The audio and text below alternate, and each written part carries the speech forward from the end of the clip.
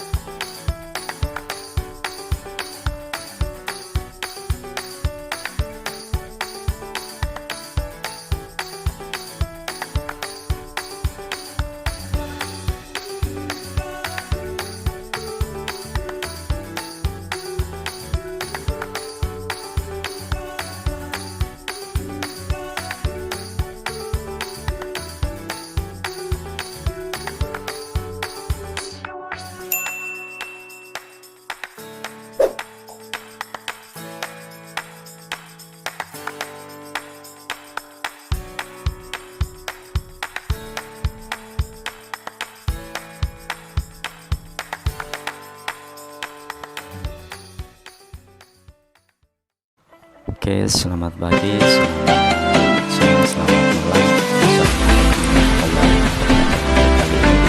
kita akan logika matematika, yaitu yang pertama pernyataan dan ingkaran, yang kedua kalimat majemuk, yang ketiga konvers, inverse, dan kontraposisi dari bentuk implikasi, yang keempat penarikan kesimpulan. Yuk kita bahas satu-satu. Pernyataan dan ingkaran. Apa itu pernyataan? Pernyataan adalah kalimat yang bernilai benar saja atau bernilai salah saja, tetapi tidak sekaligus bernilai keduanya. Ya, sedangkan ingkaran adalah lawannya dari kalimat pernyataan. Nah, ini sebagai contoh yang sebagai viral, virus COVID-19 adalah virus yang berbahaya. Nah, itu kenapa dikatakan virus berbahaya? Karena adanya bukti-bukti kebenarannya di situ, makanya dia dikatakan pernyataan.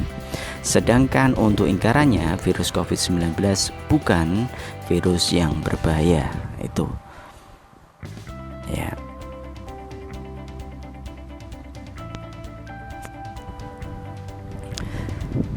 Oke, perhatikan berikut ini. Nah, itu perbedaan pernyataan dan ingkaran. Kita perhatikan. Kalau itu benar, maka ingkarannya salah. Kemudian, kalau di situ lebih dari, maka ingkarannya adalah kurang dari, sama dengan. Nah, itu digunakan dalam kalimat ya. Yang lebih dari sama dengan, maka itu ingkarannya kurang dari. Kemudian, sama dengan, ingkarannya tidak sama dengan. Semua, seluruh, setiap, ingkarannya sebagian, beberapa, terdapat. Terus kemudian kuantor, maka ingkarannya eksistensial.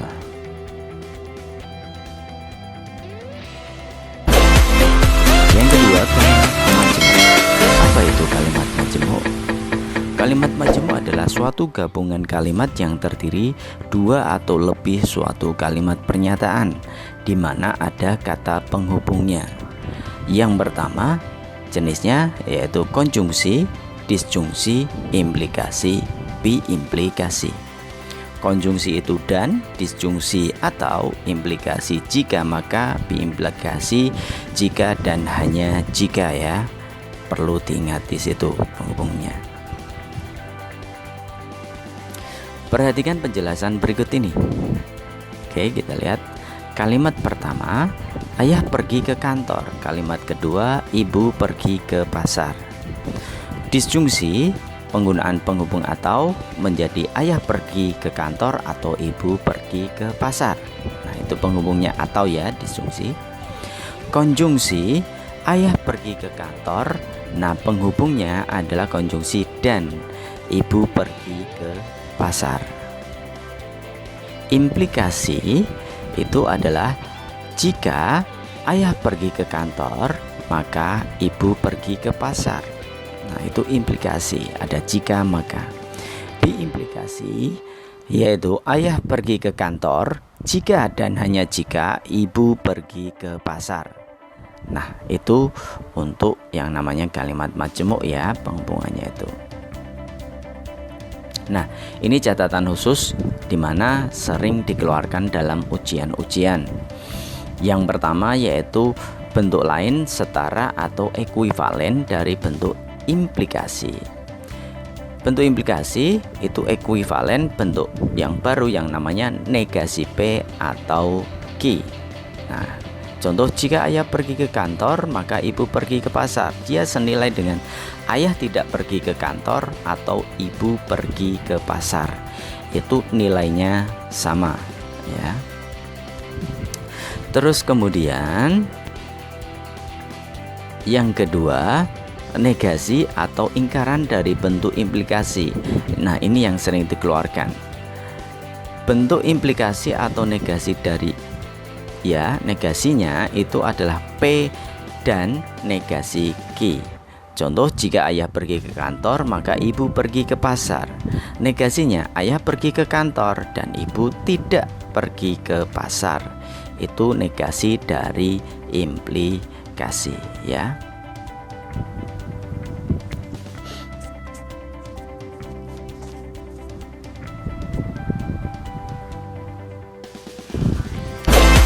Yang ketiga, converse inverse dan kontraposisi dari bentuk implikasi. Nah, tadi implikasi, kalau ini converse inverse harus ingat dia tetap menjadi jika maka ya. Nah, itu contohnya, saya ambil contoh yang tadi, jika ayah pergi ke kantor maka ibu pergi ke pasar, itu implikasinya. Nah, kalau kita ubah menjadi converse, maka dari P maka Q menjadi Q maka P. Kalimatnya menjadi, jika ibu pergi ke pasar maka ayah pergi ke kantor. Ini kita bisa lihat di situ ya, tinggal ditukar tempat ya. Ya, ini ibu pergi ke pasar ya, di sini ya, itu. Terus ayah pergi ke kantor ya, kita silangkan tempatnya di situ. Kalimatnya itu kalimat converse ya, dikonversikan kadang di dalam ujian tuh. Yang kedua, inverse. Nah, kalimat implikasi P maka Q, dia menjadi negasi P maka negasi Q. Contohnya, jika ayah tidak pergi ke kantor maka ibu tidak pergi ke pasar. Yang terakhir di situ adalah kontraposisi. Negasi P maka negasi Q. Jika ibu tidak pergi ke pasar maka ayah tidak pergi ke kantor.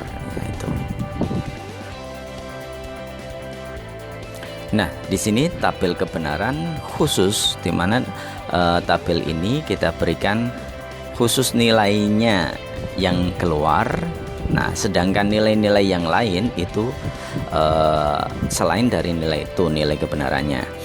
Oke, yang pertama konjungsi B dan B, maka nilai kebenarannya benar. Disjungsi salah atau salah, maka nilai kebenarannya salah. Implikasi ini yang khusus, benar maka salah, maka bernilai salah. Terus kalau biimplikasi itu keduanya sama ya, maka dia dikatakan nilainya benar. Nah, untuk mengingatnya kita kasih rumus singkatnya. Babe bilang susu sapi besar sekali, sehingga keduanya sama besar. Kita bisa lihat ya, yang pertama B ya, dan B ya, babe bilang. Nah, B ini nilai kebenaran benar. Sedangkan disjungsi susu S dan S, maka bernilai sapi itu S ya, salah. Terus implikasi besar ya, B itu sekali S ya. Terus hasilnya sehingga itu S ya di situ. Nah, keduanya benar jika dan hanya jika benar, salah jika dan hanya salah, maka keduanya itu bernilai benar ya. Itu hanya untuk mengingatnya. Oke, yang terakhir penarikan kesimpulan. Yang pertama namanya modus ponen, di mana premis 1 dikatakan implikasi, premis 2 antecedent, maka bisa ditarik sebuah konklusi ya. P maka Q, P maka kesimpulan Q. Contoh, jika Diana rajin belajar maka ia akan lulus ujian. Diana rajin belajar maka bisa ditarik kesimpulan bahwa Diana akan lulus ujian. Yang kedua, modus tolen. Premis 1 dikatakan implikasi P maka Q. Premis 2 negasi Q atau anteseden, ada kata tidak di situ, maka kesimpulannya adalah negasi P atau konklusi ya, kesimpulan di situ. Contoh, premis 1, jika Diana rajin belajar maka ia akan lulus ujian. Diana tidak lulus ujian, maka Diana tidak rajin belajar. Itu konklusinya ya. Ada kata tidak di situ. Yang terakhir, silogisme. Nah, silogisme itu yang pertama sama implikasi, tapi ini berbentuk yaitu jika maka. P maka Q, Q maka R, maka kesimpulan P maka R, berarti Q-nya itu ada yang menyambung. Contoh premis 1, jika Diana rajin belajar maka ia akan lulus ujian. Diana lulus ujian maka ia lanjut kuliah. Kesimpulannya Diana rajin belajar dan lulus ujian. Kita lanjut latihan soal ya. Nah, di situ lingkaran pernyataan jika semua siswa menyukai matematika maka ada siswa yang juga menyukai bahasa Inggris. Iyalah. Nah, silahkan kalian mencoba ya dengan rumusan tadi, yaitu khusus ya. Catatan khusus tadi ya. Terus kemudian yang kedua, tentukan bentuk konvers, inverse dan kontraposisi dari bentuk implikasi berikut. Jika x kuadrat sama 9 maka x sama dengan 3 itu. Terus yang ketiga, jika pemerintah memberikan subsidi maka harga barang turun. Jika harga barang turun maka permintaan barang naik. Kesimpulannya adalah itu kalian bisa kalian gunakan, apakah itu menggunakan modus ponen, tolen atau silogisme. Ya. Itu demikian ya untuk video pembelajaran.